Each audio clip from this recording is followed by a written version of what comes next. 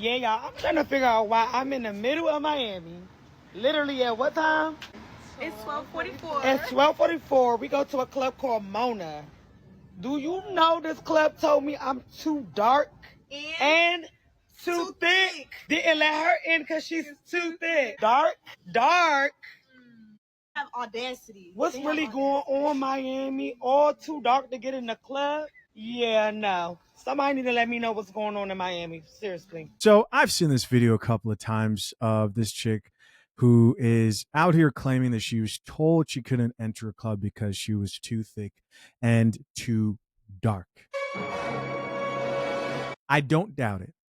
When I say I don't doubt it, I don't doubt that she was told that she's too thick to enter the club. Now, what I do doubt is that they said that she's too dark. Possible, but very unlikely. And guys, to really paint the picture of just how far this has escalated, this chick actually created a GoFundMe titled Stand with Mishana Discrimination at Club Mona Miami FL. I have no idea what the money is for. I'm guessing she's trying to take legal action against the club, but just take a look at this description. Miss Coffee, we need the short version of this, please. And thank you. So this GoFundMe is titled Stand with Mishana, Discrimination at Club Mona Miami FL, and baby, Mishana is not playing. She says she was denied entry to Club Mona on June 26, 2025, because she was told, in front of witnesses no less, that she was too dark and too thick. Yes, that was the phrase. Now she's claiming the whole thing was not just offensive, but a violation of her civil rights and the Americans with Disabilities Act, because she also discloses she's living with lupus. She says this moment was humiliating, and that the viral video sparked over 3 million views, and now she's taking legal action.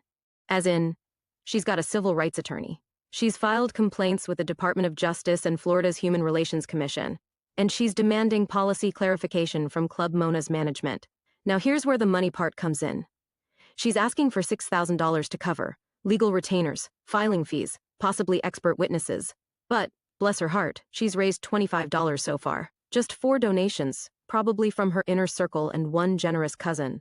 So to summarize, she's saying this wasn't just a bad night out, it was a civil rights violation, and she wants to make it federal. Whether you agree or not, she's already hired a lawyer and filed paperwork. But judging by that donation meter, the only thing going viral might be the video, because the fundraiser, still waiting for liftoff, love. I think, if anything, this is my own personal opinion, she knew that bringing that up would garner attention from the video. Chicks get so mad. So mad. The plus size women do not like getting rejected for being overweight. This reminds me of a video I did some years back that was titled Lizzo-sized women denied entry into Hollywood club.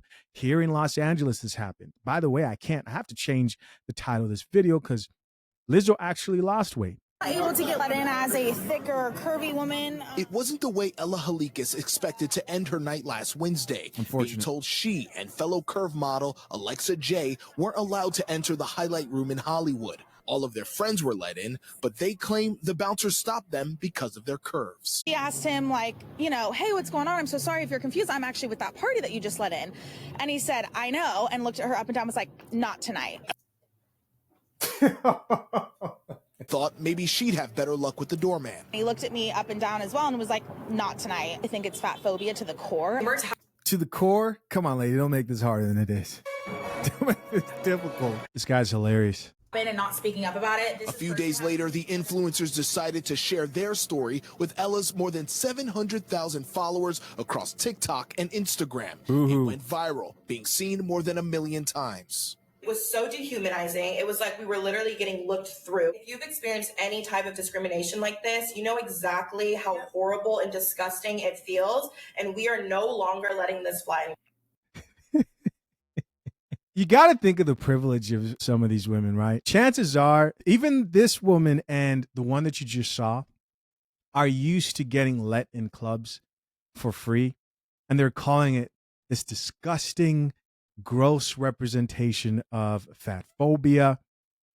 And they don't realize that the fact that they ever get let in, and I'm talking about all women at all, is such a contrasting experience from men. Drink the coffee, it'll make you feel better. I mean, if you believe that men and women are equal and nothing's different and we're all just people, then shouldn't men be protesting every time a woman gets let into a club for free? The responses that I've seen so far are either people who are completely believing the story, and then there are people who are saying that's just the way Miami is.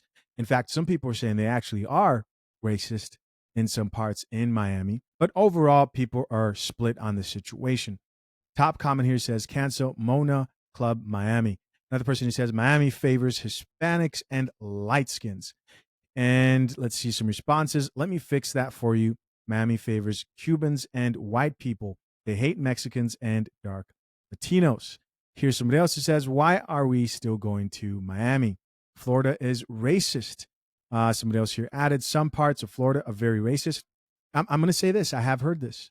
Here's another person who says, this video needs to go viral. Here's what TikToker goes by the name of Dana had to say about the situation. Let's check it out. Stop going to Miami thinking you getting in them clubs, because you not. And the girls that warned y'all, I don't know how many times, how colorist and fat phobic they are in Miami. How many times do the girls got to tell y'all? I mean, y'all really don't listen, especially when it comes to your weight. A lot of y'all, you may be able to get in them hood clubs in your city. You know, they call anything thick in the black community, right? Long as that butt big and wide, they'll call you thick, even if you got a stomach and big arms and everything else to match it. I mean, don't shoot the messenger. I'm telling you the truth. I'm telling you the truth. I done been overweight, and I done had people refer to me as thick, and I'm like, no, I'm bigger than thick. All right, y'all just call anything thick. All right, anytime the butt there, it don't matter if it's big and wide and misshaped, y'all will still call it thick. All right. That's a topic for a whole nother video. But anyways, y'all be going down to Miami and trying to play the same games that you play in your home city. And it ain't the same game. It's not the same game in New York. It's not the same game in LA. Right. It's not the same game in Miami. When you go to places like this, there's a lot of money generating from these men. And guess what? They want to keep the men happy. So what do? They bring in the women that the men want to see. And the men don't want to see women that they deem overweight. I'm just telling you what it is, all right? These men who generate all this money have a specific type of woman that they want to see in the club. And if they're going to be spending all that money at the club, they want to see women that they're attracted to. Therefore, they stand at them doors of them clubs and they filter through the women in the line to cater to the men with the money. Right. They're going to keep them men happy because those men are what's generating all the money in the club, right? They don't care about your little $30, $40 that you was going to pay for admission to get in. Those men, and they're spending real money. So whatever those men want to see, those are the type of women that they're going to be picking out in that line to bring in there because they want to entice those men to want to stay in that club and spend money at that club. So even if it hurt your feelings, they don't care. They don't care. Is it right? No. Y'all always worried about stuff not being right. Sometimes it just is what it is. Right. I always knew what it was in Miami, right? And even when I was bigger, I never tried it. Right? You weren't going to hurt my feelings because the girls had already warned you about how Miami is. Either you try to get into looking like they want you to look to get in them clubs or go somewhere else. Y'all act like y'all can't just go somewhere else. I don't know why you want to give money to somebody who don't want you in their establishment anyway. There's so much other fun stuff to do in Miami. I don't even know why y'all be so pressed to get in their clubs. But the fact of the matter is, they're going to cater to the men with the money and what the men with the money want to see. And unfortunately, they don't want to see bigger women. All right, so let's check out a few of these comments, see what the people have to say. Top comment here says, Miami beauty standards are another level. Here's somebody else who says, as somebody that goes to Miami a lot, it's not about color, it's size. They don't want a club full of big backs. So this person frequents Miami a lot, and they're saying, hey, this thing is about big backs, not so much about color. Somebody responded back, this is a chick, she says facts, and people hate to hear it. And face card second. Here's somebody else who says, too old to be going to the club. Another person here added, also, it's not the end of the world. You just don't get in. Here's another person that says, Miami girl here, I don't believe it's anything to do with color, more so do with weight and the way you dress. Miami clubs are huge on dress code. This commenter says, those types of clubs never be fun honestly, and the music is always trash. Another person here added, I swear they don't listen. And let's see, as a fat, dark-skinned, Miami will never see me. Here's somebody else who says, Atlanta is pure hood. Anybody can get in any club. Pure hood is crazy. This person responded back and says, I just left from Atlanta and the girls had bonnets in the club. LMAO. I'm from Florida and never seen that before. What? Bonnets in the club? Damn. No, I'll have a tea, actually. Here's somebody else who says, I understand it might hurt your ego, but it's never that serious. You should never want to go somewhere where you're not wanted. This person says, typically men with real money want fit and skinny women. People don't like to hear it, but that's why these clubs operate how they do. You know what it also is? There are moments, especially when it comes to women, modern women in the West, where they can spew any type of rhetoric online or share how they will never do anything for a man and you're supposed to love me the way I am, no matter the size I am, and no matter what. I'm never going to make a man a sandwich. But there are moments where you got to take that shot, right? You got to sip just a little bit.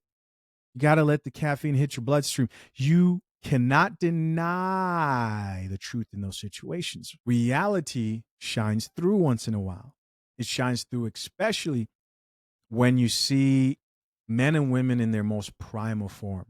And the club, you know, I've been a bouncer before, guys. I've worked, yes, Chisha Zed's been a bouncer before. You guys can't see how tall I am. And I'm not like a super big dude, but I am bigger, you know, than most, about 6 foot. And at the time I was working out constantly like crazy. One of my boys was working for a club when I was looking for some extra work at the time. This was years back.